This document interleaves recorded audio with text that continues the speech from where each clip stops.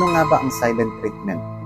Silent treatment, kahit anong sabihin nyo, isa tong uri ng dark psychology na ginagamit para magmanipula ng tao para makuha mo ang gusto mo, o isang parusa para sa kanya mentally. Sa tao nagbibigay ng silent treatment, kadalasan ito'y nasaktan. Ipaparamdam niya lang sa'yo na siya ay nasasaktan o nagtatampo, pero hindi niya sasabihin sa'yo kung paano mo siya nasaktan. Effective lang to sa taong may pakialam sa'yo, lalong-lalo na sa mga taong mayroong anxious attachment. Pag nagbinigyan mo ng silent treatment ng isang taong ganito, ang matitrigger mo sa kanya yung anxiety niya. Sunod-sunod na yan. Curiosity, alagagana yan, nag-aalala, hindi na alam ang gagawin. Sa madaling salita, mental torture ang ending nito. Isa sa pinaka hindi magandang pwedeng mangyari sa ganitong sitwasyon ay yung merong masamang mangyari sa isa sa inyo na hindi nyo namamalayan.